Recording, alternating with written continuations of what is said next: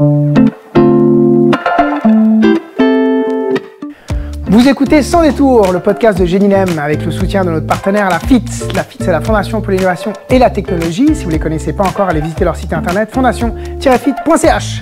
Comme Génilem, la FIT est dédiée à soutenir celles et ceux qui entreprennent en offrant un cadre propice à l'innovation et à l'audace entrepreneuriale. Dans nos podcasts, vous retrouverez des témoignages authentiques d'entrepreneurs suisses romans, des hommes et des femmes qui, en manqué de leur parcours et souvent à répétition, ont choisi de faire les choses autrement. Ils et elles partagent sans détour leur vision du business et leurs expériences entrepreneuriales. Je m'appelle Cyril Deléaval, coach au sein de l'association Génilem, et aujourd'hui j'ai le plaisir de recevoir Yannick Blom, cofondateur de Covet. C'est une start-up en pleine croissance à San Francisco qui développe une solution IA pour la médecine vétérinaire. Après une jeunesse passionnée de code à Genève, des études à l'EPFL et un passage chez Apple, Yannick a choisi de revenir à l'entrepreneuriat pour créer un produit qui change réellement le quotidien des professionnels et de leurs clients à 4 pattes. Dans cet épisode, on parle passion du produit, expérience utilisateur, ambition mondiale et mom test. Et bonjour Yannick. Bonjour Cyril. Bienvenue dans Sans détour. Merci beaucoup. Et ravi de t'avoir. Est-ce que tu peux nous dire qui tu es? Oui, en quelques mots. Donc moi je m'appelle Yannick Blum. Je suis un Genevois de naissance, d'origine. Mes parents sont d'origine hollandaise, mais je suis né à Genève, grandi à Genève.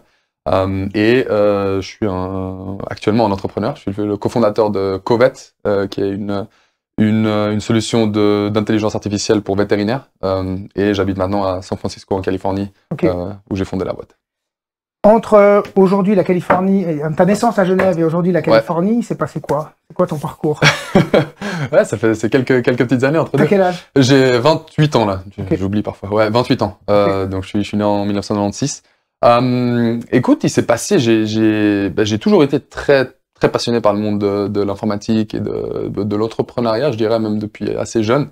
Donc moi j'ai toujours fait du sport pas mal d'un côté et j'étais sur mes ordinateurs en fait depuis tout jeune.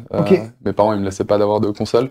Par contre j'avais un ordinateur à la maison et donc je me suis un peu auto-appris j'ai appris à coder en fait assez jeune. Quand j'avais 11-12 ans j'ai commencé à m'intéresser à tout ça. Tu connais quoi? Je codais, donc j'étais sur le site du zéro. Je sais pas si tu te rappelles, maintenant c'est Open Classrooms. D'accord. Ouais, mais avant ça s'appelait le site du zéro. Et ils avaient des tutoriels où tu apprenais à coder. À 11 ans. Et ouais, à 11 ans, j'ai commencé à apprendre du HTML, etc. Et puis, en vrai, c'est pas très noble, mais j'avais envie de gagner un peu d'argent sur Internet. Moi, c'était un truc depuis tout petit parce que je voulais m'acheter des gadgets. Tu vois, moi, j'adorais pour m'acheter une caméra, un truc, c'était mon rêve. Et mes parents, jamais ils m'offriraient ça, tu vois. Je devais le gagner moi-même. Et donc, c'était un peu ça, une motivation première. C'était comment faire ça. Et donc, je suis passé un peu partout, mais le vrai premier projet que j'ai fait, ça s'appelait YourVoc, qui était en fait c'était un site web où tu pouvais en fait apprendre du vocabulaire. Tu sais, à l'école, on avait ces listes de vocabulaire d'allemand, d'anglais, où tu avais le mot en français, le mot en anglais. Et tu devais les apprendre. Et puis, moi, sur une liste comme ça, j'aimais pas trop. Et puis du coup, j'avais créé un site où tu pouvais entrer ta liste une fois et puis en fait, ça te faisait réviser. Et avec un modèle payant? Non, alors c'était complètement gratuit, mais c'était avec des pubs. Donc c'était vraiment ça, le Google AdSense, tu vois. Et puis je mettais. Et en fait, c'est un projet qui a très bien marché dans le sens que là, il tourne encore aujourd'hui. Le site est là, ça fait 10 ans que je l'ai pas touché, mais il tourne encore. Et j'avais des dizaines de milliers d'utilisateurs mensuels qui venaient sur le site. Et ton environnement familial? Tes parents, c'est des entrepreneurs? Mes parents, non, pas vraiment. Donc mes parents, ils travaillent. Mon père, il travaille pour l'OMS. Les deux venus pour les Nations Unies, ils sont arrivés en Suisse. C'est pas des entrepreneurs en termes dans le travail. Ils ont toujours travaillé dans des boîtes. Ils ont toujours été plutôt là. Mais je pense qu'au niveau vie, ils ont été très entrepreneuriales. Donc ils ont beaucoup voyagé. Ils ont vécu dans les 4 coins du monde. Mon père parle énormément de langues. Ma mère aussi. Mais mon père était toujours très manuel, très entrepreneurial à la maison. Il construisait toujours beaucoup de choses. Donc je pense qu'il y a clairement une partie de l'influence qui est venue de là, mais professionnellement, pas trop. Ils ont été plutôt stables à ce niveau-là. Mais ils avaient le mindset de te dire, c'est à toi de te débrouiller si tu veux acheter des gadgets. Ouais, ils avaient toujours le mindset c'est à toi d'aller faire tes trucs, c'est à toi c'est vrai que c'est pas bon, c'est un peu la culture hollandaise aussi. Ils vont pas te donner, c'est à toi d'aller le mériter. Et donc c'est vrai que j'ai grandi avec ça à la maison, ouais. Et donc là, t'as quel âge quand tu fais ce site? Donc là, j'avais 13 ans. J'étais au cycle en fait. J'étais en fin de, j'étais dans cette période-là. Et puis j'ai eu, c'était vraiment cool. Le site commençait à grandir. C'est là que j'ai beaucoup appris pour créer un peu un premier. Et c'est vrai qu'à ce moment-là, pour moi, je le voyais vraiment pas comme un business. C'était vraiment la création même qui m'intéressait beaucoup et voir des gens l'utiliser. Enfin, j'adorais ça. Et commencer à apprendre à faire de plus en plus en fait sur sur ces plateformes, sur ces sites. Et après, pour finir, j'ai fini par aussi en faire une application web. J'avais fait mon travail de Mathieu à l'époque. Je l'avais fait là-dessus, en fait, sur la création d'une application autour de ça. Puis j'avais eu un peu des articles dans la Tribune de Genève, donc il y avait 2-3 trucs sympas qui avaient quand même amené pas mal de trafic et de choses. Ok, et ça, parce que tu nous dis en même temps que c'était un peu pour l'argent, pour payer tes trucs, mais aussi pour le plaisir de faire et d'apprendre. Ouais. Et moi, ça a toujours été beaucoup, puis je pense on va en parler après, Infinite, etc. Et puis même aujourd'hui encore avec Covet, je pense que le voir des gens utiliser un produit que j'avais créé, c'est toujours quelque chose qui m'a énormément motivé. Donc moi, le jour où entendre des gens à qui ça servait, voir des gens avec Infinite, on a eu cette expérience où je voyais des gens dans la rue en fait qui utilisaient l'application, tu vois. Et ça, pour moi, c'était toujours le moment le plus magique en fait, quand il y avait un peu ce truc-là. Donc ouais, c'était beaucoup motivé par ça. C'est quoi qui est magique? C'est le fait de te dire que toi, tu as une influence sur les autres? C'est le fait c'est un ego boost de se dire je suis utile? C'est quoi? Ouais, je pense qu'une partie, c'est clairement un ego boost, mais je pense dire que j'ai pu créer quelque chose qui amène de la valeur et de l'utilité à des milliers d'autres personnes, où vraiment ça leur sert dans leur vie quotidienne, enfin un peu, tu vois, en dehors de ton petit monde, t'es derrière ton ordinateur, et tout à coup tu vois ces gens qui utilisent ça vraiment dans la vraie vie. Ouais, il y a quelque chose un peu de magique là-dedans, en fait. Je pense cette idée que toi, depuis ta petite chambre, dans ton ordinateur, chez toi, tu peux créer quelque chose qui va avoir un impact, en fait, sur des gens. Ça, je pense, ça m'a toujours beaucoup motivé, ouais. Et donc, cette notion de scale, alors on va regarder, mais cette notion de scale, du coup, elle est importante. Parce que plus il y a de gens qui utilisent, plus tu as de l'impact. Ouais, moi je pense que j'ai pas mal quand même toujours été motivé par ça. L'idée de pouvoir avoir quelque chose à une grande échelle, au-delà alors, je pense une grande échelle. Après, je pense un vrai impact à une grande échelle. Mais tu vois, typiquement, après, quand j'étais chez Apple, etc., pouvoir bosser sur des produits qui sont utilisés par des milliards de personnes, ça m'a laissé une impression assez forte quand même de se rendre compte que il y a vraiment, enfin, c'est ce qui est magnifique dans la technologie. Et moi, je pense que quand j'avais 13 ans et que j'avais 14 ans et que je voyais qu'il y avait vraiment des dizaines de milliers de personnes qui allaient sur ce site, il y avait quelque chose d'assez, je pense, les étoiles dans les yeux, ça venait beaucoup de ça aussi, clairement la taille. Donc, t'as 13 ans, tu fais ça, tu fais ta matu, et ensuite? Ensuite, je vais à l'EPFL. Bon, je fais une année sabbatique entre la matu et l'EPFL où je pars voyager. Et je pars en Amérique du Sud tout seul, ouais. Je pars en Amérique du Sud. Alors là, on a déjà commencé Infinite à cette époque-là. Nous, on a commencé juste avant de commencer l'EPFL. Alors, dis-nous, c'est quoi Infinite? Donc Infinite, c'est la première vraie. Bon, Yorvox, c'était une start-up d'une manière, mais c'était la première vraie start-up que j'ai fondée avec Valentin Guncy, qui était mon cofondateur, qui est un de mes meilleurs amis, ici à Genève. Qu'on a reçu il y a quelques temps dans un qui était sur l'épisode, très, très bon épisode, recommandé à tout le monde. Et ouais, je pense que Valentin et moi, on a toujours eu les deux, on avait un peu cette puce quand même ça nous intéressait, on avait beaucoup de discussions autour de... Parce que vous êtes des potes de collège, vous êtes des potes de tennis. On est des potes même de l'école, du cycle, donc du cycle d'orientation, et puis du tennis, etc. Donc on était très très bons amis, on passait beaucoup de temps ensemble, et puis on discutait un peu, ce monde de start-up et tout, c'est quelque chose qui, je peux pas trop dire exactement d'où c'est venu, mais ça nous intéressait quand même. Et pour le coup, pour Infinite aussi, nous on partait souvent les étés, on partait faire la fête à Barcelone, dans des villes, etc. avec des groupes de potes. Et vraiment, pour le coup, ça nous arrivait souvent. Le soir, on savait pas quoi faire. Enfin, c'était en mode, qu'est-ce qui se passe ce soir? On était dans une ville, on connaissait pas bien, et puis on savait pas qu'est-ce qu'il y avait comme événement, quel bar, quelle boîte, où aller. La réaction un peu basique, c'était, ça devrait exister, ça. Tu vois, il y a TripAdvisor quand tu pars pour trouver un hôtel, par contre, il y a rien pour trouver une boîte de nuit. Et c'est parti de là, en fait, Infinite, Donc c'est le TripAdvisor des boîtes de nuit? TripAdvisor du monde de la nuit, globalement. Toi, tu codes ça?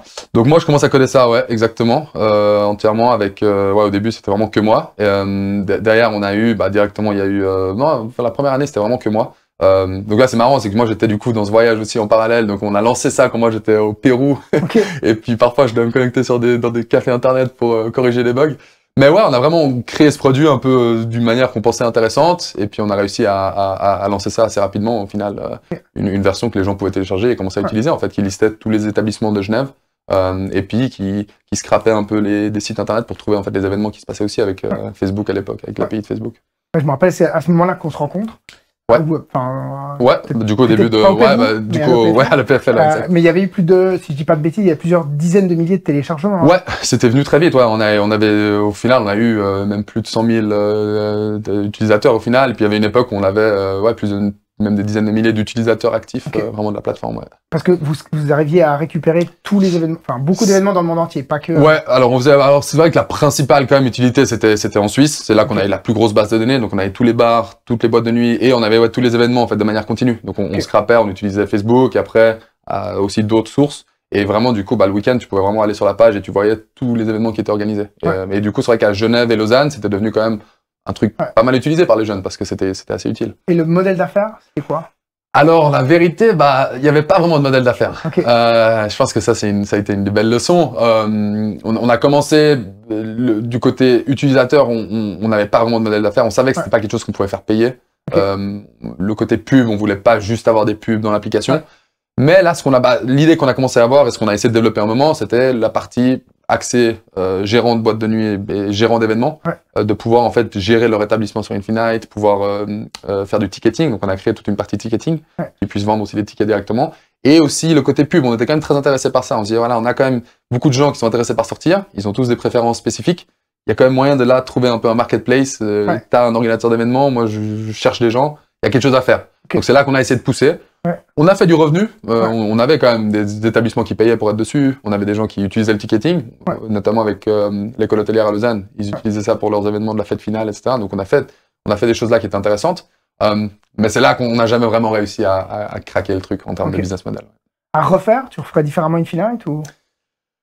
Oui, je pense que clairement. Alors il y a beaucoup de trucs. Enfin, je pense que voilà, on a appris énormément de choses. Mais ça fait partie de l'expérience. Moi, il y a plein de choses. Je suis très content. Et je pense surtout que tu dois passer par là. Il y a des erreurs que tu dois faire.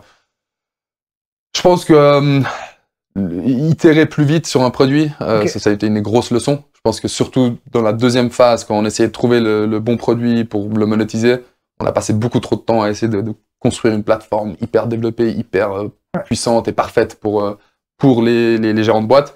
Et on a un peu trop fait ça avec notre tête dans le guidon, en fait. Et la grosse leçon, ça a été faut trouver des partenaires tôt qui voient la valeur dans la solution et il faut itérer avec eux, tu vois. Il faut pouvoir aller très vite, leur montrer est-ce que ça marche pas, avoir du feedback. Et sinon, tu te retrouves à développer trop longtemps quelque chose où t'es pas vraiment sûr si ça plaît aux gens. Et après, t'as peur de le lancer parce que c'est jamais parfait. Et tu te retrouves un peu dans ce cercle vicieux, en fait. Et je pense que ça a été la grosse leçon, Ok. Ça marche. Ouais, ça nous parle, hein. Génial, on rencontre beaucoup de gens à qui on dit va parler à ton marché, va parler. Puis je pense un truc, il faut le vivre. Souvent, alors oui, je pense qu'il y a des choses, Génilam, c'est génial comme ressource pour ça. Et puis je pense que, moi je le dis souvent à plein de gens aujourd'hui. Et parfois les gens l'entendent, mais je pense que beaucoup de gens, ils doivent passer par là pour se rendre compte qu'il faut faire un peu l'erreur au bout d'un moment pour se rendre compte, là j'ai passé des mois à développer ce truc. Puis en fait, on s'en fout. et quand tu passes par là, tu dis, en fait, la prochaine fois, ce serait peut-être bien d'essayer d'avoir du feedback plus vite. Alors après, donc Infinite, c'était en parallèle avec le PFL. Ouais, tout à fait. Tu fais quoi le PFL? J'étudie informatique. Donc j'ai fait informatique, donc en parallèle le PFL. J'ai fini mon bachelor, J'ai jamais fait de master. Donc j'ai fait mes 2 ans à l'EPFL et ensuite je suis parti en échange. Donc selon les notes que tu avais, tu pouvais partir en échange et je suis parti à CMU, donc c'est Carnegie Mellon University, qui est à Pittsburgh, qui est une des 3-4 grosses unis d'informatique aux États-Unis. Pourquoi tu vas là-bas? Parce que j'ai toujours eu, moi, une fascination avec les États-Unis depuis assez jeune. J'étais vraiment dans ce stéréotype pour moi, le rêve américain vraiment au niveau de la start-up et pas vraiment les États-Unis culturellement, c'est jamais un truc qui m'a beaucoup attiré, mais le côté start-up. Etc. J'ai toujours eu une grosse fascination pour ça. Cette notion, on dit souvent, les Américains, c'est go big or go home.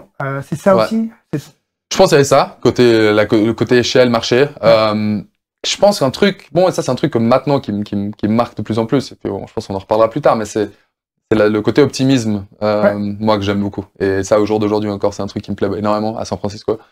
C'est que c'est un peu naïf et on peut en rire souvent, tu vois, et puis je sais qu'en Europe, ils aiment beaucoup rire de ça. Il y a à nouveau une start-up qui a levé des centaines de millions pour un truc qui paraît un peu con. Mais il y a un truc magnifique dans l'optimisme qu'il y a là-bas autour de la création, tu vois, les gens ils voient pas les problèmes, ils voient vraiment les solutions. Et ça fait très cliché, mais c'est très vrai. Les gens, ici, il y a quand même une mentalité très différente à ce niveau-là. Et je pense que ça m'attirait pas mal, de voir des gens qui lançaient des trucs, et qui essayaient, qui rataient, qui continuaient. Parce que tu avais l'impression qu'ici,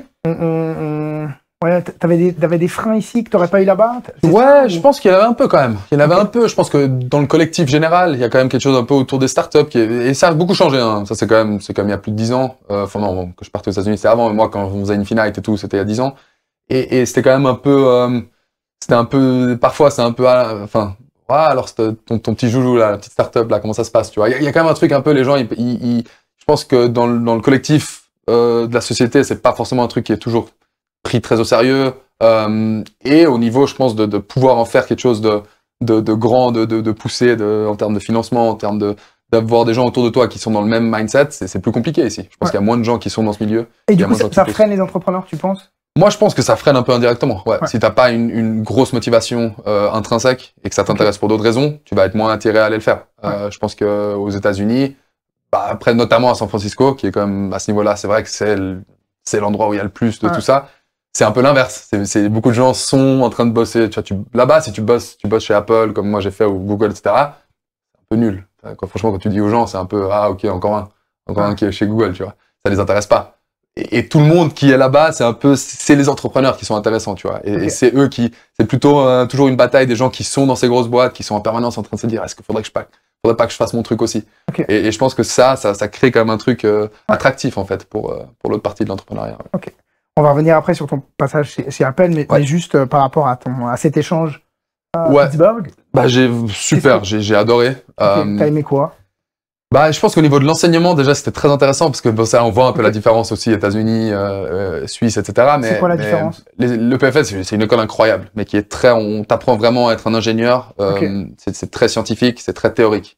Surtout en bachelor. En master, c'est quand même plus axé un peu pratique, mais en bachelor, on est en informatique. Franchement, on code très très peu, tu vois. Moi, je savais coder de par mes expériences passées. Mais beaucoup des gens avec qui j'étudiais, même à la fin de leurs 3 années de bachelor, ils savent pas très bien coder. Et pas beaucoup. Je suis arrivé aux États-Unis et là-bas, c'est l'inverse. Là-bas, leur but, c'est qu'au bout de ton bachelor, là-bas, personne ne fait de master. C'est pas vraiment un truc qui se fait aux États-Unis. Les gens font leur bachelor, c'est 4 ans. Et ils font leur bachelor et derrière, ils doivent être prêts pour le marché du travail. Et donc, c'est très différent. C'est que des projets pratiques tout le temps. Donc, je pense que c'est les deux extrêmes. Mais du coup, moi, avoir eu les deux versions, c'était vraiment cool parce que je sentais que je venais avec un background technique qui était peut-être plus poussé que certaines des personnes en termes de théorie, de maths, de physique, etc.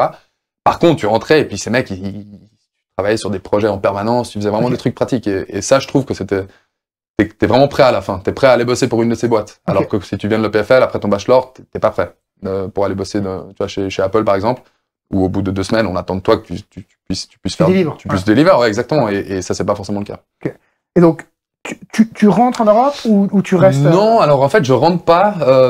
Par hasard, là-bas, je me retrouve à faire un projet dans un laboratoire à CMU à côté de toutes mes études, j'avais rejoint un laboratoire qui m'intéressait beaucoup, qui travaillait sur des choses liées aux crypto. Il développait en fait un langage de programmation de smart contract que tu pouvais formellement vérifier. C'était hyper intéressant et du coup, j'avais contacté le chef du labo. Je lui avais demandé si je pouvais venir bosser avec lui. Il m'a dit oui et du coup, je faisais un jour par semaine. Je bossais avec lui dans le labo. Et à côté de tes études? À côté de mes études, ouais. Et du coup, on développait un langage de programmation et tout. C'était super intéressant. On est en quelle année là? Ça, c'était en 2018. 2018. Donc 2018, c'est l'année que je fais, 2018-2019. Et en fait, je me retrouve du coup, c'était vers la fin de l'année, vers mai, où du coup, moi, j'allais rentrer en Suisse en juin à la fin de mon échange. Et moi, je m'étais inscrit à l'ETH, à l'EPFZ pour faire mon master là-bas. Et en fait, un jour, le directeur du labo, là, il me dit, écoute, ça te dirait de bosser chez Apple? Moi, j'étais écoute, comment ça? Puis il me dit, écoute, moi, j'y ai bossé pendant longtemps, avant de venir, il était redevenu professeur, mais en fait, il avait passé 10 ans là-bas. Et il m'a dit, là, j'ai entendu de mes anciens collègues qui cherchaient, il y avait une ouverture quelque part, il m'a demandé si je connaissais pas quelqu'un. Et puis, moi, je serais hyper content de pouvoir te recommander, parce que je pense que ce serait bien pour toi. C'est un Américain, lui? C'est un Américain, ouais. Qui est professeur maintenant à San Diego, à UCSD. C'est un vrai génie, voilà, c'est un vrai théoricien. Et puis du coup, il m'a un peu lancé là-dedans. Et c'était pas du tout à la base mon plan, mais moi, depuis tout petit, je suis un fan d'Apple. Ça, c'est un truc. Moi, quand j'avais 7-8 ans, j'avais les premiers iPods. J'ai toujours été un grand fan. Et du coup, cette opportunité, ça a été intéressant parce que je me suis quand même pas mal posé la question, est-ce que c'est la prochaine étape? Parce que je n'étais pas sûr si je voulais aller bosser pour une grande structure. J'avais plutôt quand même ce truc de j'ai envie de continuer dans les startups, continuer à faire les trucs. Mais je me suis rendu compte que pouvoir avoir cette expérience à ce moment-là de ma vie, pouvoir vraiment apprendre, voir ce que c'était en fait une grande mode, parce que j'avais des idées un peu préconçues dessus, mais pouvoir le voir de l'intérieur, je me suis dit que c'était quand même une magnifique opportunité. Et du coup, j'ai décidé de faire les interviews. Ça a été des processus assez intenses d'interview, et puis pour finir, ils m'ont offert le job. Et donc j'ai fini par refuser du coup de pas faire le master. J'ai eu des interactions intéressantes avec le PFL où un de nos responsables d'échange, enfin, en gros, il m'a dit que je faisais l'erreur de ma vie, que tu pouvais rien faire dans la vie si t'avais pas de master. Qu'en Suisse, en master, bah, tu valais rien. Et puis moi, je lui disais, écoute, moi, je pense que c'est la bonne, je pense que c'est le bon choix que je prends. Mais pas facile quand t'as un gars plus vieux que toi, avec une certaine expérience qui te dit ça. Ouais. Faut avoir bien confiance quand même en soi. Pas facile, ouais. Ouais, écoute, alors, je pense qu'à ce moment-là, ça t'a perturbé un petit peu? Non, ça m'a un peu, je pense que pas dans mon choix. Dans ma décision, elle était prise. Mais ça m'a un peu, dégoûté, c'est pas le bon mot. Mais ça m'a laissé un peu une mauvaise, presque une mauvaise impression de l'EPFL. Je vais pas dire ça aussi fortement, mais ça m'a laissé un peu un goût amer. Parce que j'ai trouvé ça très dommage. En fait, pour moi, c'était très caricatural de la Suisse. Et un peu de ce qu'on discutait avant. Ce côté, tu vois, tu dois faire ça, ça, ça. Et puis si tu fais pas ton master, enfin, peu importe ce que c'est, en fait. Pour lui, c'était pareil. Si j'arrêtais d'étudier et puis que j'allais à la rue, ou si j'avais un job chez Apple, lui, il comprenait pas que c'était peut-être quand même quelque chose de différent. Et j'ai trouvé ça dommage, en fait, qu'il n'y avait pas plus de, ah, c'est incroyable, et puis c'est une bonne opportunité, et puis au pire des cas, tu reviens faire un master. Tu vois, si ça se passe pas bien dans un an, tu reviens. Et du coup, je pense que c'était plutôt ça que j'ai trouvé dommage. Mais je pense qu'à ce moment-là, ma décision, elle était prise. Déjà prise. Ok, donc tu pars là, t'étais à Pittsburgh. Alors là, j'étais à Pittsburgh. Pour finir, il y a des petits problèmes de visa parce que pour les États-Unis, c'est pas toujours facile. Donc en fait, je me retrouve ils m'ont trouvé un visa pour le Canada qui était très facile à avoir quand tu parles français, c'est plutôt simple. Et du coup, je me suis retrouvé à Toronto, qui était une ville géniale. Et j'ai fait un an en fait dans les bureaux à Toronto, où il y avait une autre. Du coup, j'étais pas avec mon équipe directement, mais il y a des bureaux, les QG canadiens, ils sont là-bas. Et du coup, j'ai passé une super année là-bas à coder. Tu codais quoi? Je travaillais dans les. Enfin, si t'as le droit de le dire. Oui. Alors à haut niveau, j'ai travaillé sur les sur iOS et macOS, donc vraiment la partie software. Et spécifiquement, j'ai bossé sur pas mal de produits différents au cours des années. Mais un peu toute la suite de productivité en fait dans Apple. Donc ils ont leurs produits que ça aide leur suite un peu tu sais Numbers, PowerPoint, enfin Keynote et Pages, et après Notes et Reminders aussi, ces deux applis. Donc ça, j'ai passé pas mal de temps à bosser sur ces deux applis. Et ensuite à bosser aussi sur le Vision Pro. Ça, c'était les dernières années. J'ai bossé sur le Vision Pro aussi, qui était plutôt sympa comme projet aussi. Et alors, de nouveau, raconte-nous un peu comment ça se passe, qu'est-ce que t'as appris de ça Ouais, alors énormément. J'ai appris à être un ingénieur en vrai. Moi, je pense que je trouvais que j'étais très bon avant. Je me disais, je sais coder, j'ai déjà fait des applications, j'ai déjà fait des sites. Et je me suis rendu compte quand même très vite qu'il y a coder et coder. Et je pense que j'ai vraiment appris à comment réfléchir, à structurer vraiment des projets, comment penser à grande échelle. Et c'est ça, je pense, un truc que j'ai beaucoup appris de là, c'est le côté, tu vois, développer une architecture, un produit qui peut marcher pour 1000 personnes ou qui peut marcher pour 1 milliard de personnes, c'est pas la même chose. Et il y a des questions à se poser dès le début, il y a des manières de faire les choses. Et je pense que là-bas, j'ai beaucoup appris là-dessus. Et t'as appris comment? T'as appris en faisant des erreurs, ou bien t'as appris parce que tu parles avec les autres, puis les autres, ils t'ouvrent à ça? Je pense que c'est en partie les deux. Mais je pense qu'une grosse chose, moi je pense que je suis pas mal une éponge, tu vois. J'aime beaucoup quand je suis dans un environnement comme ça, j'apprends, je regarde beaucoup autour de moi, et puis c'est beaucoup de choses que tu vois juste au quotidien, tu vois, de comment les choses sont faites. Et clairement beaucoup d'aide de mes collègues là-bas. Et je pense que ça c'est une chose, c'était la plus belle chose, je pense, c'est des gens, Apple c'est une boîte où il y a beaucoup de gens qui restent très longtemps, il y a peu de gens qui partent de chez Apple. Et donc moi j'avais beaucoup de collègues qui étaient là depuis 10 ans, 15 ans, 20 ans certains. Et il y a vraiment un accès dans la boîte aux autres ressources. Et donc tu vois, tu développes en Objective-C, en Swift, qui sont des langages qui sont créés par Apple, qui sont maintenus par Apple, c'est open source, mais c'est Apple qui les maintient. Et donc tu as accès en fait aux gens qui créent. Enfin moi ça a été incroyable parce que moi j'ai développé moi-même beaucoup d'applications iOS avant, où j'utilisais tu vois les librairies standards. Mais en fait, là, tu pouvais aller contacter le mec qui gérait, en fait. Et il y avait des bugs où je pouvais discuter avec lui. Et puis, ça a été vraiment assez magique de pouvoir beaucoup apprendre de ces personnes-là et de comprendre un peu cette échelle. Vas-y. Non, et puis je pense que le côté échelle, ça m'a marqué parce que, c'est un peu une autre histoire, mais il y a 1 an et demi, enfin, il y a 2 ans, juste avant de lancer Infinite, Covet, j'ai beaucoup discuté avec OpenAI, j'ai failli aller travailler chez OpenAI. Et quand il m'avait contacté pour m'interviewer, j'avais demandé pourquoi. Il m'a dit, nous, on adore le profil des gens qui ont travaillé sur des startups, mais qui ont aussi travaillé sur des produits à très grande échelle. Parce que c'est souvent, tu as besoin de cette combinaison des deux pour comprendre comment aller vite, mais aussi comment déjà penser à quelque chose de grand. Parce qu'il y a beaucoup de gens qui savent faire l'un ou l'autre, mais c'est hyper intéressant ce profil, ce mix des deux. Et ça m'a marqué parce que je pense que c'est un truc que j'ai remarqué, mais voir les mots mis dessus, je vois la valeur en fait de ça, d'avoir fait les deux.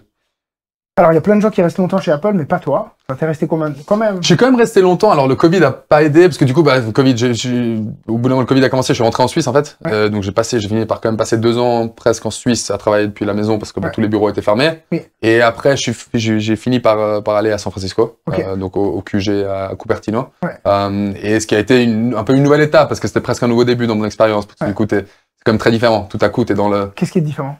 Ah, c'est le centre, quoi. C'est le centre de tout. Cupertino, c'est une ville Apple, quoi. Il y a des dizaines de milliers de personnes qui bossent chez Apple, qui sont là-bas. Et puis t'es dans les grands bureaux. Ça change quoi? Je pense que ça change un peu le sens d'appartenance à la boîte, où t'es beaucoup plus proche de là où ça se passe. Tu te sens quand même beaucoup plus là. T'es plus proche de tes collègues, t'es plus proche de tout ça. Ouais. Et puis donc, je pense que ça m'a fait un peu un nouveau souffle. Et puis après, j'ai travaillé sur d'autres projets, etc. Okay. Mais je pense que ça te donne encore plus la grande échelle d'Apple, tu la vois encore plus là, tu vois. Okay. Mais j'étais déjà assez au clair, moi, depuis assez longtemps que je voulais recommencer quelque chose. Okay. Et puis, c'est une des raisons pour lesquelles je voulais aller à San Francisco. Mais pourtant, là, t'as de l'impact. Hein, quand tu codes des trucs qui sont utilisés par potentiellement des milliards de personnes. Ouais. T'as de l'impact. Non, c'est des milliards de personnes. Oui, c'est vrai. Et je pense un truc que j'ai commencé quand même à sentir, c'était ce côté, j'ai de l'impact, mais je suis vraiment je suis un parmi beaucoup. Ouais. Et je pense que quand j'avais fait un peu un tour, j'ai eu la chance de faire vraiment tout un nouveau cycle de produits. Donc, on a lancé une application complètement nouvelle. Et donc, j'ai vraiment été là depuis le début, depuis la conception jusqu'à la sortie. J'ai adoré faire ce cycle. Mais une fois que je l'ai fini, je me suis dit, refaire ça, je suis pas sûr que ça me motiverait tant que ça. Okay. J'avais l'impression d'avoir beaucoup appris. Et vraiment, il y avait ce côté, ton impact, il est là, mais il est quand même limité. Ouais. Et je pense qu'aussi, une autre chose, c'est que je passais vraiment mes journées à coder. Je faisais que ça. Ouais. Et moi, j'adore. J'adore ça. Mais je suis aussi quelqu'un de très social et très humain. Et moi, j'adore le reste aussi. Et chez Infinite, c'est ce que j'adorais. C'est le côté, tu fais du marketing, tu fais de la vente, tu parles aux gens. Et ça me manquait. Ça me manquait cette partie-là. Donc, c'est ça qui me motive.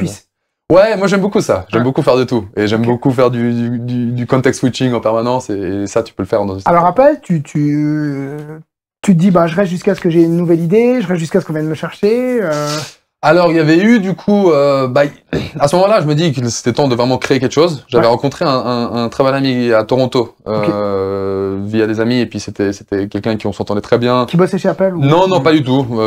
Comme ça, qui lui-même avait une start-up, et on avait vraiment les mêmes idées depuis le début. On s'entendait très bien, donc on passait tout le temps du temps à discuter d'idées. Ouais. Et c'était devenu un peu spotlight, et on s'appelait souvent juste... c'est pas quoi. Ah, j'ai une idée, et puis on en parlait pendant une semaine, on devenait fou, et après on était là, en fait, c'est pourri. Et puis on arrêtait, tu vois. Et là, c'est pourri parce que tu allais parler avec des utilisateurs qui... Ouais, alors là, souvent, on y arrivait de nous-mêmes. Parfois, mais souvent, on arrivait de nous-mêmes quand on commençait à penser un peu plus. Business model, truc, t'es là, ouais, c'est quand même, logistiquement, là, ça va pas le faire, tu vois. Ou tel truc, c'est pas vraiment ça, tu vois. Et là, 2023, fin 2023, fin 2022, il y a le lancement de ChatGPT, où il lance la première version un peu publique. Et les deux, on est vraiment tout de suite, on est pas mal sur le cul. On commence à beaucoup l'utiliser et on commence vraiment à se dire là il y a un truc. Et en fait, on s'est un peu dit il faut qu'on réussisse à trouver un projet là. Il y a quelque chose. Donc on a passé là quelques mois où pareil, parfois c'est des trucs qui n'étaient pas forcément liés à ça, mais on essayait vraiment de réfléchir quand même à des idées liées à ça. Et puis voilà, c'était vraiment du brainstorming. Moi à ce moment-là, tu vois, j'étais encore chez Apple, lui il avait son truc, donc c'était pas, on faisait pas ça en permanence, mais on passait du temps à essayer de réfléchir. En mode hobby, comme ça. Ouais. On passait des soirées, on s'appelait, et puis on pensait à des idées, et puis derrière, on codait un petit prototype, un petit truc, et puis là, il y avait toujours un moment où on se convainquait à nouveau, ce truc-là. Il a un profil ingénieur, dev aussi? Non, lui, il est business, mais il a beaucoup fait il a développé lui-même des produits en no-code, beaucoup. Toute une start-up entière, il l'a fait là-dessus. Et du coup, il a un très bon sens du produit. Parce qu'en fait, il sait ce que c'est à développer. Même s'il ne sait pas coder, il sait ce que c'est à développer. Il a cette compréhension. Et ça change quand même beaucoup la manière de penser à des projets. Donc vous avez aussi des échanges non seulement sur les utilisateurs, le marketing, etc., mais aussi des échanges sur le produit, la technique et tout. Et puis clairement, lui, la partie AI, c'est un truc qu'il a toujours passionné. Et donc, c'est un des mecs que je connais qui utilise le plus tout ça dans son quotidien à lui, et depuis le début, tu vois. Donc, novembre 22, là, c'est effectivement l'émergent, le monde des mecs comme moi, en tout cas, qui sont pas tech, mais on découvre ChatGPT. Ouais, quasiment tout le monde. Hein. Mais mais par contre, c'est là où, dans des boîtes comme Apple, on utilisait déjà du machine learning et des choses comme ça, ou... Oui, alors il y avait des modèles machine learning qui étaient utilisés, mais c'était pas des large language models, et c'était encore c'était sur des cas de figure très spécifiques, tu vois, où tu entraînais tes propres modèles de reconnaissance d'images, mais des trucs. C'était clairement un un paradigme complètement différent. Et bon, Apple, à ce niveau-là, c'est plutôt un bon exemple aussi des limitations d'une grande boîte, parce que pour l'instant, là, on est en 2025, ils ont toujours pas réussi à faire le shift à tout ce qui est LLM et tout, ils sont toujours pas là. Et ça, c'était un des trucs aussi qui m'avait poussé à repartir, en guillemets, c'était ce côté quand même, voilà, ça a quand même un rythme différent. T'es comme limité par certaines choses. Alors, tu parles avec ce pote. Ouais. On discute, et puis en fait, un été, moi je reviens aussi en Suisse, là, c'était l'été 2023. Je reviens en Suisse. Ouais, j'étais toujours chez Apple, je reviens en Suisse, et puis ma sœur, elle est médecin. Et j'ai pas mal aussi de mes grands-pères, enfin des oncles médecins. Il y a pas mal de gens de ma famille qui sont médecins et des amis ici. Et de pas mal de discussions, j'avais commencé cette problématique là un peu de temps passé dans les tâches administratives, dans la médecine humaine. C'est un truc qui commençait à revenir, et puis j'avais commencé à me dire, c'est quand même intéressant ça. Et du coup, j'avais commencé à chercher un peu voilà, à me renseigner un peu de plus là-dessus. Et commencer à me dire, il y a quand même quelque chose vraiment à faire là. On peut peut-être automatiser les choses quand même. C'est quand même fou que des médecins qui soient autant payés, qui passent autant de temps à faire des tâches qui paraissent relativement, voilà, ça devrait peut-être pas être fait par eux, en tout cas pas prendre autant de temps. Quand on voit surtout la pénurie qu'il y a, etc. Donc commencer un peu à réfléchir autour de ça, et puis assez vite avec Mike, qui est donc mon co-founder, on commence à en parler, et assez vite, lui, en fait, il me dit, mais attends, je pense qu'il faut qu'on pense à ça, mais dans le monde vétérinaire. Parce que lui, sa mère est vétérinaire. Et il avait déjà donc fondé une première start-up avec sa mère de télémédecine vétérinaire. Donc c'est un monde qu'il connaît très bien. Il me dit, en fait, c'est les mêmes problématiques. Et puis surtout, moi, voilà, j'ai de la connaissance, j'ai quelques contacts, j'ai des trucs. Et donc très vite, on se dit, go, on va essayer de faire un peu des prototypes. Le fait que le cadre légal, j'imagine qu'il est quand même moins contraignant sur de la médecine animale que sur de la médecine humaine, ou pas? Oui, ça c'était un gros avantage. Donc moi, à ce niveau-là, ce qui m'intéressait, c'était clairement ça. C'était, il n'y a pas les mêmes lois, il n'y a pas les mêmes régulations, c'est beaucoup plus vite d'aller, voilà, c'est plus vite de bouger, tu peux vraiment bouger. Et au-delà de ça, il y a aussi la partie médecine humaine, c'est souvent très saturé, il y avait quand même beaucoup de gens déjà qui avaient commencé à faire des trucs, et il y avait un peu plus d'espace, un peu plus de place dans le monde vétérinaire, et pour moi, l'autre truc très important, c'était ce côté, avoir quelqu'un avoir une compréhension du milieu. Ça change beaucoup. Tu vois, si on était parti sur le marché humain, ni lui ni moi, on avait une vraie compréhension, avait des contacts, avait une vraie connaissance, et t'es vite limité par ça quand même. Donc c'était vraiment un peu cette combinaison-là où je me suis dit, c'est vraiment intéressant. Et surtout, grâce à la boîte qu'il avait de télémédecine, en fait, on avait un produit existant super. En fait, on a pu tester notre solution dans sa solution de télémédecine. Parce qu'en fait, on a créé notre premier prototype en fait, qui donc passe de la consultation, de l'enregistrement de la discussion avec entre le vétérinaire et le client, qui passe de ça à un rapport médical. On l'a implémenté en fait un peu en proof of concept dans sa boîte de télémédecine. Du coup, on générait ça automatiquement pour ses du coup, il avait des employés vétérinaires. Et en fait, on a tout de suite vu que ça marchait. C'était pas parfait, mais ça marchait, ça leur sauvait du temps. Et le feedback, il était positif. Et donc, on a pu faire ça en quelques semaines, quelques mois. Et là, on s'est dit, go, il faut pousser un peu plus encore. Et donc, le go, il faut pousser un peu plus? Tu donnes ta lettre? Non, alors malheureusement, là, c'est un peu plus compliqué au niveau de la start-up et tout. Enfin, aux États-Unis, légalement, tu vois, en termes de statut, de visa, machin truc, c'était pas un truc que je pouvais faire tout de suite, parce qu'il fallait que j'aie un certain statut de visa, etc.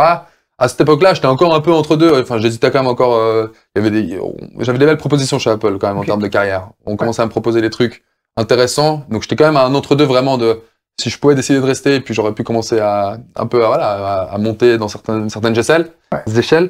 Mais c'était pas forcément ce que je voulais. Et puis du coup, j'ai dû mettre en place quand même un processus de visa qui m'a permis. Enfin, parce que si je quittais Apple, théoriquement, j'aurais dû quitter le pays, quoi. Et puis à ce moment-là, moi, je voulais rester aux États-Unis. Et donc, j'ai pu mettre en place un processus de changement de visa. Ça m'a pris quelques temps, mais qui nous a permis juste entre deux de quand même encore commencer à pousser encore plus. Donc, on a pu développer une petite V1 du produit, etc. Avec quelques utilisateurs bêta en fait dès le début, donc ça je le faisais encore en parallèle. Mais c'était très peu de temps, ça. On a pu très vite trouver des gens, on a pu très vite avoir des gens qui nous donnaient du feedback. Ça a pris, c'était vraiment l'histoire de quelques mois. Et après, dès que j'ai eu en fait le visa confirmé, le jour même, j'ai donné ma lettre de démission, pour quitter et pour passer à plein temps sur Covet. Et leur Covet aujourd'hui, donc ça on est en quoi? Là on est en début, non du coup à ce moment-là vraiment où j'ai pu vraiment finir et tout, c'était au début 2024. Début 24. Ouais, début 24. C'est là où on a fini du coup par lancer le produit à 100%. On est sorti de la bêta. On a tout de suite on avait une 25 utilisateurs en bêta. Puis 80% ils sont passés en payant. Et là on s'est dit il y a quelque chose. Il y a quelque chose. Les feedbacks que te faisaient les bêtas. Tu dirais que c'était des validations de choses que vous aviez dans le coin de votre tête ou ça a ouvert des trucs où ah putain ça je l'avais pas vu? Un peu des deux. Je pense qu'on s'est vite rendu compte que, et c'est d'ailleurs un move qu'on a fait très vite, on s'est vite rendu compte qu'on avait vraiment besoin d'un vétérinaire en plus dans l'équipe. Et en fait, on a eu un troisième co-founder qui nous a rejoint, qui est un vétérinaire. Okay. Et ça a été une très bonne décision en vrai, en rétrospective. Et ça, je pense, c'est clairement venu en partie du feedback. On se rendait compte que beaucoup du feedback qu'on recevait, il était technique, mais sur la partie médicale.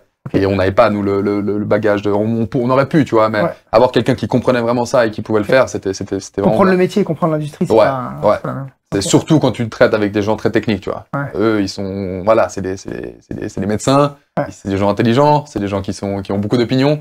Et si tu peux pas leur parler de pair en pair, c'est pas pareil, tu vois. Et aujourd'hui, lui, c'est vraiment la face aussi de notre entreprise.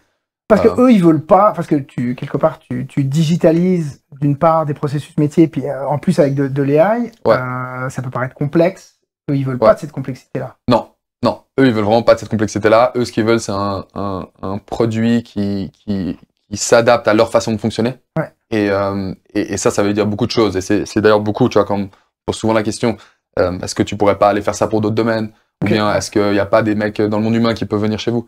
Et la réponse, c'est non, parce que nous, ça nous intéresse pas de faire ça pour d'autres domaines, parce qu'on a créé un produit qui marche tellement bien pour les vétérinaires, grâce à cette connaissance qu'on a du domaine, qui fait que ça marche dans leur clinique, tu vois. Les flows qu'ils ont dans la clinique, comment un client, il passe du staff à l'entrée, chez le vétérinaire, à la sortie, etc., tous ces trucs, c'est un peu construit dans le système, pour que ça marche, tu vois. Le fait que notre système, il marche s'il y a 2 patients dans la chambre, tu vois. Si le vétérinaire, il a 2 chiens qui fait une consultation, on a dû créer un système pour que ça marche, tu vois. C'est des trucs que t'as pas dans le monde humain. Et donc, cette connaissance, c'est vraiment en faire je pense que ça a été le gros truc que je me suis rendu compte. D'un côté, on a vraiment cette IA qui est ultra puissante. Au final, le vétérinaire, ça, il s'en fout. Lui, ce qu'il veut, c'est un produit qui marche. Et un produit qui marche pour lui. Donc, c'est-à-dire qu'il doit pouvoir le customiser, mais il doit pouvoir l'utiliser de la manière, il a pas envie de changer sa manière de faire. Ça, c'est la plus grande barrière, c'est ça. Et si tu arrives à lui offrir cette expérience, c'est là où tu vas avoir des gens qui sont très fidèles à ton produit. Alors, on va revenir après sur l'expérience que tu leur proposes, mais déjà, votre IA, elle fait quoi? Donc nous, concrètement, en fait, aujourd'hui, on fait de plus en plus de trucs, mais à la base, c'est une application mobile ou web, les deux. Le vétérinaire, en fait, il prend l'application avec lui dans la consultation, et il pose le téléphone, il commence à enregistrer au début de la consultation, et en fait, il enregistre toute la consultation. Donc vraiment, c'est ambiant, c'est pas de la diction. C'est vraiment, il parle avec le client, il fait ses choses, voilà, qu'est-ce qu'il y a, c'est pas ça. Après, il va toucher le patient, il va faire son examen médical avec le patient, mais il va aussi parler à haute voix pour verbaliser ça. Ça veut dire qu'il doit dire, là, je dis n'importe quoi, là, je touche la patte avant gauche, il y a un kyste, ou je sais pas quoi.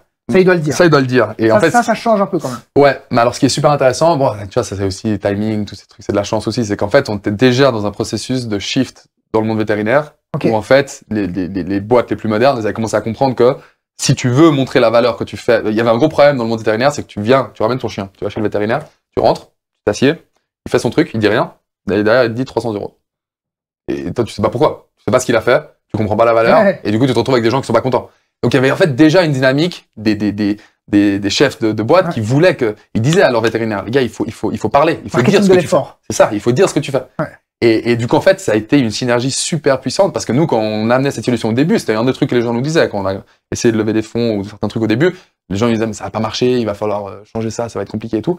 Et en fait, on s'est rendu compte pas du tout. Parce que si tu leur offres quelque chose, le vétérinaire maintenant, il gagne des heures par jour parce qu'on lui automatise ça. Donc lui, ça le dérange pas du tout de parler à haute voix. Parce que voilà. Et en même temps, le client, il a la valeur. Donc tu vois, la valeur, elle vient des deux côtés. Et sache qu'au jour d'aujourd'hui, c'est un des plus gros trucs qu'on a, c'est que non seulement on aide beaucoup le vétérinaire, mais on aide énormément le client aussi. Parce qu'on génère à la fin, du coup, ce que je disais, à partir de cet enregistrement, on peut générer un rapport médical qui est nécessaire dans le monde vétérinaire. Légalement, tu es obligé de faire un rapport médical, autant pour le client, autant pour le prochain vétérinaire qui va peut-être voir le patient. Mais on peut aussi générer, à partir du même enregistrement, un résumé pour le client. Tu vois, un résumé de sortie. Beaucoup de vétérinaires, ils faisaient pas ça avant. Le client, il partait, il avait rien. Là, c'est un document qui est fait pour lui, qui est écrit en termes non techniques, donc quelque chose qu'il peut comprendre. Et ça, c'est des trucs que beaucoup de vétérinaires nous disent. C'est ça qui a vraiment changé notre vie aussi, c'est de pouvoir offrir ça. C'est ça qui a été tu augmentes la valeur perçue en fait du métier. 100%. Vous faites uniquement la partie speech to text, donc le vétérinaire est dit, et puis après voilà, tu fais une synthèse, ou tu peux aussi proposer des diagnostics ou tu peux nous dire? Ouais, on rentre de plus en plus là-dedans. Alors nous, c'est pas notre axe principal. On est vraiment concentré actuellement sur beaucoup comment est-ce qu'on automatise des workflows, comment est-ce qu'on fait gagner du temps au travail administratif. Donc il y a des tâches comme ça. Tu peux Par exemple, si tu reçois, ce qui se passe beaucoup, c'est qu'un vétérinaire, il reçoit 100 pages de résumé médical d'un patient, quand c'est un nouveau patient qui a eu beaucoup de problèmes. Avant, il passait 1 heure à lire tout ça. Nous, il peut le mettre dans le système et on va lui générer un résumé. Donc, il y a ce genre de flow qu'on aide. Mais on commence de plus en plus maintenant à travailler aussi sur des potentiels diagnostics différentiels. Mais notre but, c'est de le faire d'une manière assez sourcée. Donc, on cherche des partenariats avec des boîtes qui ont vraiment des informations sourcées pour pas que le faire avec les LLM. C'est important pour nous de pouvoir dire ça, c'est basé sur cette source. Pour des vétérinaires, c'est important ça. Donc on le fait, on commence à le faire gentiment. Mais nous, on n'a vraiment pas une vision de remplacer le diagnostic. Pour nous, c'est vraiment un assistant pour le vétérinaire. L'idée, c'est peut-être que j'ai pas pensé à ce diagnostic. Mais c'est jamais essayer d'arriver au but où ce sera voilà le diagnostic. Et le vétérinaire, il sert à rien. C'est vraiment essayer de lui apporter des outils pour simplifier sa vie. Et ça, c'est toujours en parlant avec vos vétérinaires? Énormément. Alors, on a beaucoup de chance. Je pense que les vétérinaires, c'est des gens qui ont beaucoup d'idées, beaucoup d'opinions, et donc beaucoup de feedback. Mais ça, c'est vraiment quelque chose qu'on fait encore beaucoup aujourd'hui. Et moi, je suis encore très proche des problèmes techniques. Moi, je suis en charge entre autres, du produit, quoi. Toutes les semaines, je parle à des clients encore. Je vois leurs bugs, je vois leurs problèmes. J'essaie encore de faire des appels où je prends 1 fois par semaine où j'essaie de faire 30 minutes avec un client pour lui poser des questions. Et ça, c'est vraiment quelque chose pour moi, c'est la clé, quoi. Et ça, j'entends que c'est la clé. Tu penses, et ça, les startups en Suisse, elles le font pas assez, tu dirais, ou en Europe? Je pense alors, je sais pas si c'est nécessairement quelque chose de Europe versus États-Unis, ça. Je pense qu'en général, les startups le font pas assez, ça. Ça, je pense qu'en général. Mais c'est un peu ce que je disais avant, je pense que c'est quelque chose, faut un peu y passer 1 fois. Mais ça, je pense qu'en général, les startups le font pas assez. Pour moi, c'est vraiment le conseil numéro 1. Donc, ça, s'il y a des gens qui nous écoutent, ton retour d'expérience, toi, par rapport à ça, t'as dû te forcer à le faire, maintenant t'es content de le faire? Je pense que j'ai dû me forcer à me faire, tu sors un peu de ta zone de confort. T'as peur de déranger? T'as peur de déranger, t'as peur de montrer un produit qui est pas encore parfait, t'as peur que les gens te disent, au final, si tu viens si t'es dans un mindset, ton but c'est d'aider ces gens. Toi, t'es en train d'essayer de développer un produit qui va leur faire gagner du temps. Et ça, tu leur dis? Tu leur dis. Et les gens sont reconnaissants, ça, ils le sentent. Mais ils le sont si c'est une vraie problématique. Et d'ailleurs, c'est là où c'est intéressant. C'est déjà la première étape dans ta validation. Parce que si tu viens et que tu leur dis, mon but, ça va être de travailler sur cette problématique, et puis que le mec, il est un peu là, écoute, c'est pas vraiment un problème, il va pas être très motivé à t'aider. Parce que lui, il s'en fout un peu. Par contre, quand tu lui viens, nous, c'est ce qu'on avait. Nous, on leur disait, on va vous aider à essayer de réduire le temps que vous passez sur tes notes. Aux États-Unis, ils passent 2 heures par jour à faire ça. La nuit, ils sont là-bas à 9 h du soir au lieu de rentrer et manger avec leur famille. Ça, c'est vraiment c'est les feedbacks qu'on reçoit aujourd'hui. C'est ça, c'est pour la première fois en 20 ans, je peux avoir des dîners avec ma famille. Parce que je peux rentrer le soir, tu vois. Donc, ça a un impact très fort. Et donc, ça, c'est déjà la première étape de la validation. Régler un vrai problème. Régler un vrai problème. Et ça, je pense que, il y a un livre que j'aime beaucoup qui s'appelle The Mom Test. Donc le test de la maman, je sais pas si tu connais ce livre. De Rob Fitzpatrick, on le propose beaucoup. Ok, je seconde ça. Il est tout petit, il est 50 pages, je sais plus combien. Mais il est super puissant à ce niveau-là et il te donne des astuces sur comment aller parler en fait à des clients. Parce que il y a le faire, c'est déjà très bien. Mais beaucoup de gens le font pas bien dans le sens qu'ils le font en mode, ils arrivent vers quelqu'un et voilà le truc que j'ai développé, est-ce que tu le veux? Et en fait, c'est pas du tout comme ça qu'il faut approcher. Faut pas parler de ta solution. Faut que parler du problème. Faut parler raconte-moi ta journée, raconte-moi ce que tu fais. Parce qu'en fait, le test principal, c'est est-ce qu'ils ont déjà essayé de résoudre ce problème d'une autre manière? Et souvent, la réponse est non. Et si la réponse est non, c'est que c'est peut-être pas un problème qui est suffisamment grand pour eux. Si t'as pas essayé de faire quelque chose. Et nous, on a tout de suite vu que oui, ils essaient de payer des assistantes qui étaient dans la clinique avec eux, qui coûtaient hyper cher pour prendre des notes à leur place. Enfin, ils ont essayé plein de choses qui marchaient pas très bien. C'est là qu'on s'est rendu compte que, attends, là, il y a quand même un gouffre entre ce qu'on peut proposer et ce qui a été fait avant. Et aujourd'hui, tu peux nous dire un petit peu, Correct, c'est. Donc aujourd'hui on est. T'es dans le monde entier? On est dans le monde entier, ouais. Alors on est principalement en Amérique du Nord. Et vous avez démarré il y a 18 mois, quoi? Ouais, à peine. On a lancé le produit complet, c'était en février de l'année dernière. Donc moins d'1 an et demi. Et aujourd'hui on est alors principalement en Amérique du Nord, mais on a déjà des clients. On a des gros groupes avec lesquels on travaille en Australie. On commence à aller en Europe. On a des clients en Asie. Et on est plus de 50 employés aujourd'hui. 49 sales. Et en dev ou... Non, alors on n'est pas encore dans ce monde de l'AI. Non, c'est plutôt bien réparti. Écoute, moi j'ai une équipe de dev j'ai une dizaine de devs qui bossent avec moi. On a une grosse équipe de sales, mais on a vraiment de tout. On a des vétérinaires, on a du marketing, on a de la... Donc une cinquantaine? Ouais. En 18 mois? Ouais. La vache? Ouais.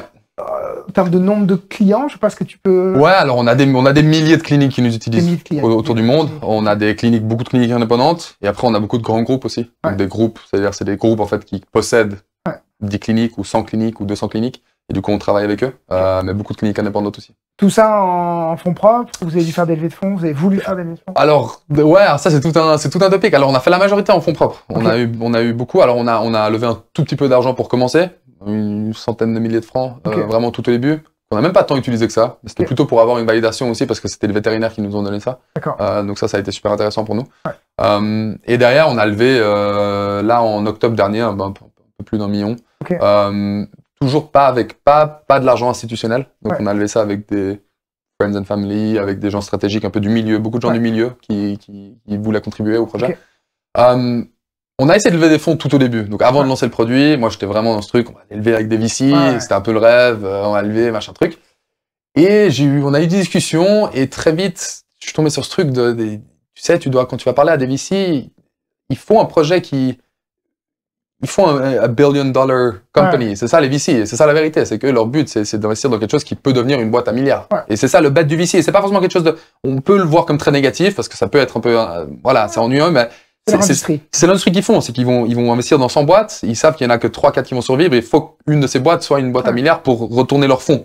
C'est comme ça que ça marche. Mais c'est un truc que moi j'avais pas forcément bien compris avant, tu vois, et je pense que c'est pas assez expliqué, que c'est vraiment ça leur business model. Eux, ils vont lever, c'est pas leur argent, ils lèvent de l'argent auprès d'autres personnes, ça c'est aussi une chose que beaucoup de gens savent pas. C'est d'autres personnes qui leur donnent de l'argent, eux ils vont lever un fonds, disons, de 50 millions. Eux, leur but, c'est, dans les 5-6 ans, de pouvoir rendre plus que 50 millions, et pas 55. Pour être un bon fonds, tu dois faire plus. Parce qu'après, ils vont pouvoir lever un autre fonds qui est plus grand, et eux, ils gagnent un pourcentage de l'argent du fonds. Donc, tout est lié. Et je pense que très vite, je me suis rendu compte que je sais pas si on est une boîte à milliards, tu vois. Et j'avais pas envie de me forcer à être cette boîte-là. Et je pense qu'on s'est rendu compte qu'on avait... Pourquoi ? Parce que je pense que je croyais beaucoup en ce qu'on faisait. Je pense que je voyais un chemin où on avait une vraie croissance, mais je voulais pas commencer à tout prix lever énormément d'argent pour forcer une sorte de croissance qui était peut-être pas organique. Commencer à aller peut-être devoir amener le produit dans une certaine direction, alors que c'était peut-être pas ce que j'aurais fait naturellement. Et je pense que la vérité, c'est que j'ai vu des amis lever des fonds qui auraient peut-être pas dû le faire, tu vois. À San Francisco, ça se passe souvent. Parce que le problème, c'est que si tu lèves des fonds avec un VC pour une boîte qui est pas vraiment une boîte VC, ça va pas marcher. Parce que les attentes, c'est pas les mêmes. Et indirectement, on va te pousser à faire des choses que tu aurais peut-être pas voulu faire. Et qui sont peut-être négatives pour la boîte. Parce qu'effectivement, sur les 50 boîtes dans lesquelles le VC il investit, il s'attend qu'il y en ait deux ou trois qui se retournent, mais ça veut dire qu'il y en a 47 qui vont mourir, mais ça, c'est pas le problème du VC. Mais... C'est pas le problème du VC, et il va pas te laisser, typiquement un VC, si tu lèves à une valuation, une certaine valorisation, il va pas te laisser vendre la boîte pour tu vois, si tu lèves 5 millions avec un VC à une valorisation de 30 millions, tu peux pas vendre la boîte pour 10 millions. Parce que non, mais lui, il va récupérer son argent, ou alors il peut même bloquer la vente, souvent. C'est comme ça que ça marche, parce que eux, c'est pas le... Donc tu te retrouves souvent avec des cas où des gens peuvent même pas vendre, alors qu'ils avaient créé un truc avec pas mal de valeur, mais c'était pas assez par rapport à ce qu'ils ont levé. Et beaucoup, ça c'est un autre truc, je pense, à dire, hein. Beaucoup de gens sont impressionnés, ils voient des chiffres, ils voient TechCrunch, tu vois une vente, pourtant, 90% de ces cas, les founders, ils partent avec aucun argent.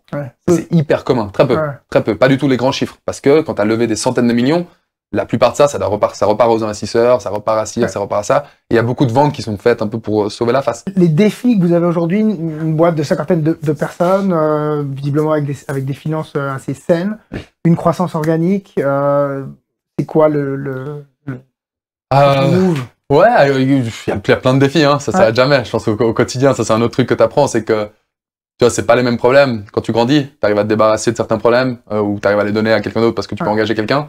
Mais ça débloque un nouveau problème. Donc, mais ça, c'est une belle chose. Et je pense que ça, c'est important aussi. C'est quelque chose qu'il faut apprécier faire. Parce que c'est pas parce que tu deviens plus grand ou que tu as plus de fonds que tout à coup, tout est facile. C'est bien l'inverse. Je pense... Ça t'enthousiasme plus que ça te démoralise d'avoir des nouveaux problèmes. Moi, j'adore, ouais, moi, j'adore. Alors, c'est pas dire que parfois, j'aime pas. Ça veut pas dire que parfois, c'est pas fatigant. Enfin, c'est très fatigant. C'est beaucoup de boulot. Parfois, j'adorerais pouvoir juste ne pas penser à ça chaque seconde de la journée. Mais j'adore ça, c'est clair. Et je pense que fondamentalement, il faut aimer ça, sinon ça va être misérable, ton expérience. Dans 10 ans, tu fais quoi? C'est une bonne question. Je suis pas sûr encore. Je pense que je me dis, j'ai été impressionné à quel point l'expérience Infinite m'a aidé sur le début de Covet. Et c'est quoi ton année? Parce que toutes ces erreurs que tu as fait pour aller du 0 à 0.1 où on était avec Covet, avec Infinite. J'ai pas fait les mêmes erreurs avec Infinite, avec Covet. Donc là, ça a été beaucoup plus. On a été beaucoup plus rapidement à parler avec des gens. Donc cette partie-là, j'ai vraiment senti que ça m'a beaucoup aidé. Et que du coup, j'y suis arrivé beaucoup plus vite. Et là, je sens que maintenant, j'apprends énormément de choses sur comment passer de 1 à 10. Donc là, on a quand même une certaine échelle, on a d'autres problèmes que j'ai jamais eu besoin de penser avant. Et je suis en train de faire plein d'erreurs et on est en train d'apprendre plein de choses. Et je sens quand même que là, à refaire quelque chose, que je pense que je pourrais être encore bien meilleur et encore bien plus rapide. Donc je pense que ça m'intéressera de refaire ça à une autre échelle pour voir ce que ça peut donner. Mais franchement, pour l'instant, je suis pas mal dans le moment à ce niveau-là. Ouais, j'essaie pas mal d'être... alors, je passe beaucoup de temps à planifier. Hein. C'est pas que je suis quelqu'un qui arrive très bien à me déconnecter, être très présent. Mais je pense qu'au niveau de carrière, je me suis vraiment posé beaucoup de questions à ce niveau-là. Depuis petit, je savais que je voulais étudier à l'EPFL. À l'EPFL, je savais que je voulais aller là-bas. Je savais que je voulais lancer une boîte. Enfin, c'est toujours un peu les trucs qui se sont faits. Et là, je suis toujours un peu là-dedans à ce niveau-là. Le fait que l'intelligence artificielle maintenant, parce que là c'est une croissance quand même que je trouve rapide et comparativement à ce que je peux voir dans le cadre de Genilem, il y en a peu qui après 18 mois ont déjà 50 personnes et tout ça. Tu penses que c'est l'AI qui change ça? Tu penses que c'est le marché qui change ça? Tu penses que c'est quoi qui permet ça? Ouais, alors nous c'est je dirais que nous, c'est pas forcément, en tout cas, c'est pas l'AI en interne. Disons, alors on utilise énormément l'AI en interne. Je pense que c'est hyper important et je pense que ça change le monde. Alors, c'est même pas une question. Et moi, je pense que les gens sous-estiment encore à quel point ça change le monde. Nous, je dirais que c'est vraiment, alors clairement, le fait que l'AI là, par rapport au produit qu'on a pu créer, nous, c'est un produit. Alors maintenant, il y a énormément de concurrents. Et quand tu m'as demandé avant quels est les problèmes principaux, je pense que c'est la concurrence. Donc ça, c'est toujours en permanence, c'est là. Et maintenant, pour nous, c'est la croissance globale. Comment est-ce que tu continues à faire ça à échelle? Et là, les problèmes intéressants, c'est comment est-ce que tu continues à faire, comment est-ce que tu gardes de la vitesse en tant que startup, malgré le fait que tu commences à grandir, tu commences à avoir des clients qui sont demandeurs, tu commences à avoir beaucoup de services clients, beaucoup de choses. Comment tu maintiens ça, cette qualité, et comment tu continues à aller vite. Et ça, je pense, pour moi, ça, c'est mon plus gros challenge. Comment tu fais? Je pense qu'il faut trouver les bonnes personnes, il faut rester proche du produit. En tant que fondateur, moi, je reste vraiment proche du produit. Je développe encore, j'essaie de vraiment faire en sorte j'ai pas envie de tomber dans ce truc où, quand il y a une idée, quand il y a un bug, ouais, on va mettre ça dans la liste et dans 3 mois, on va regarder. Ça veut dire qu'il n'y a pas des choses que je suis obligé de pousser à regarder dans 3 mois, mais essayer de garder quand même cette vitesse et garder le feedback client. Je pense que c'est un gros truc, ça. Rester très proche, écouter. Quand on entend beaucoup d'un truc, tu repriorises et tu travailles là-dessus.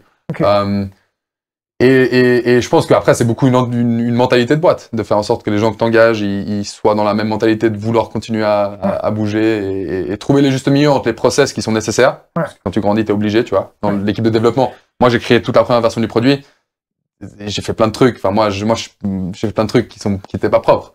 Maintenant, on a une vraie équipe, on commence à faire beaucoup plus, mais je maintiens vraiment ce truc de, faut pas laisser pas de technique. Faut pas que ce soit, mais aussi faut pas être, j'engage pas des gens qui sont trop, il y a des gens qui sont très passionnés par la technologie, genre on veut utiliser tel framework, j'adore ça, faut que tout soit parfait.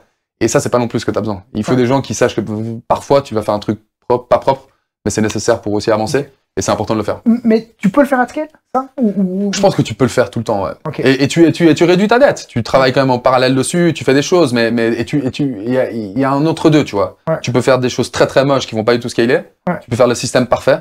Mais tu peux faire un truc entre deux où tu sais que tu travailles dans une direction d'un truc qui peut scaler, mais qui va te permettre de l'avoir en 2 semaines au lieu de l'avoir en 1 mois, tu vois. Ou en 5 mois. Et moi, j'essaye de trouver juste mieux. Après, est-ce qu'on le fait tout le temps? Non. Mais je pense que c'est ça, pour moi, une des clés pour quand même essayer de continuer à garder ça un peu. Comment tu fais pour recruter les bonnes personnes? C'est des interviews? C'est pas facile. C'est l'AI qui le fait à ta place? Non, alors on n'utilise pas vraiment dans les interviews encore. C'est pas facile. Moi, je pense que j'ai pas du tout encore... j'ai pas de clé encore pour les interviews. Je pense pas que je sois particulièrement bon encore à trouver les talents parfaits. Je pense pour moi, une grosse partie, c'est vraiment juste du feeling. Comment je sens cette personne. Et j'ai l'impression que très souvent, moi, c'est à ça que je fonctionne. Ça a plutôt bien marché pour l'instant, mais voilà. Je touche du bois. Ouais, je touche du bois. Il y a eu des erreurs aussi, hein, malheureusement. Mais je pense que beaucoup, c'est trouver... Alors, c'est pas mal quand même une partie de trouver des gens avec la même mentalité, avec la même vision, où tu sens qu'ils ont déjà un peu bossé dans des environnements comme ça, ou bien que c'est vraiment quelque chose qui les motive. Pour une startup, il faut vraiment trouver des gens qui savent qu'ils vont parfois devoir bosser un peu plus, qui savent que ça va pas toujours être bien défini, et des gens qui sont, non seulement ils savent ça, mais ça les intéresse, tu vois, ça les motive. S'ils ont besoin de beaucoup de cadres, beaucoup de structures, c'est dur à offrir dans une startup. Et du coup, je pense que c'est un processus qu'on continue en permanence à améliorer.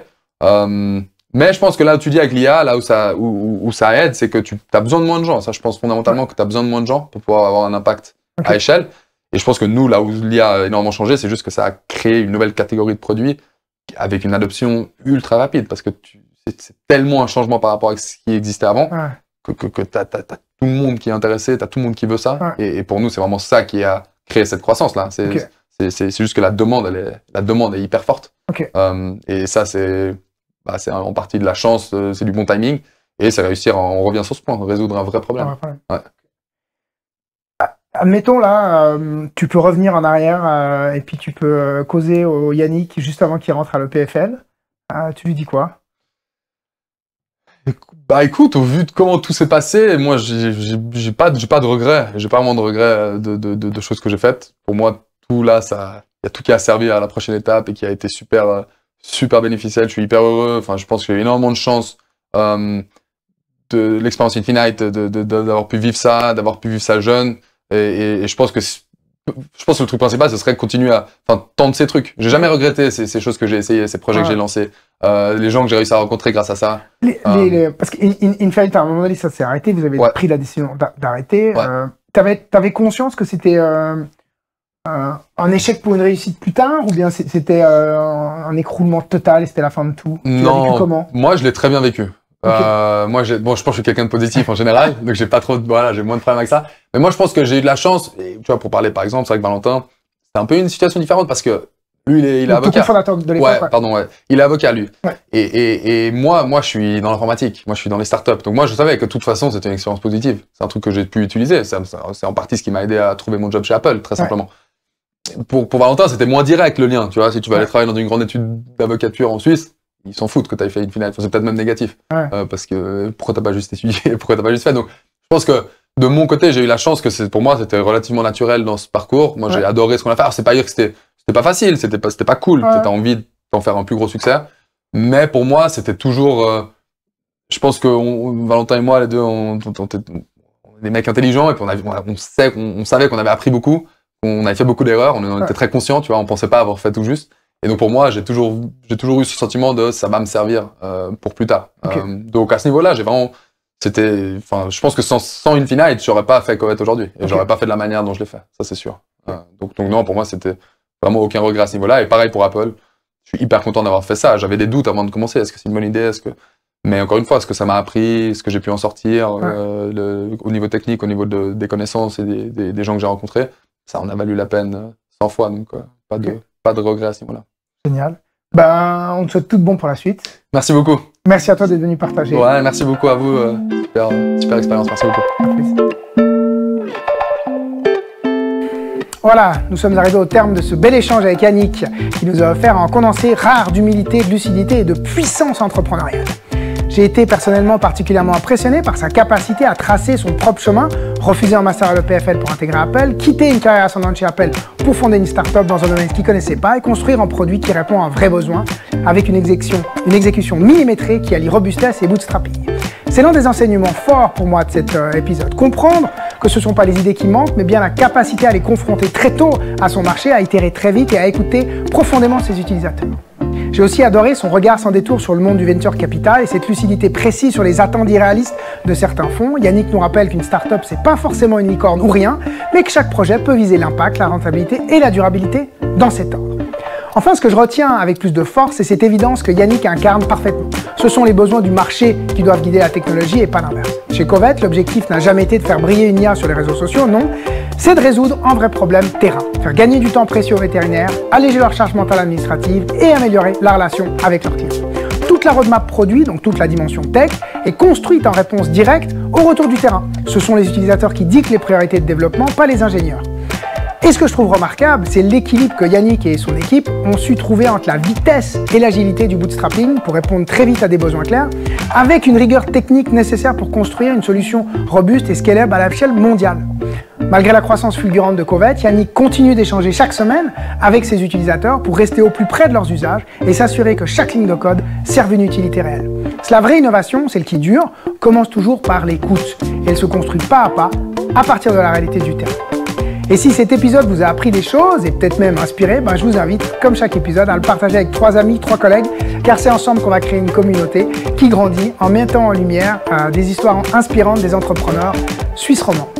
Et comme toujours, si vous voulez rester informé de l'entrepreneuriat et de l'innovation dans les cantons de Genève et Vaud, pensez à vous abonner à la newsletter de Geninem via notre site geninem.ch. C'était Cyril Deliaval, coach au sein de Geninem. Merci pour votre écoute. Prenez soin de vous et de ceux qui vous entourent et à très bientôt pour un épisode. Si vous voulez entreprendre, n'oubliez pas le plus important, comprendre ses clients. Salut!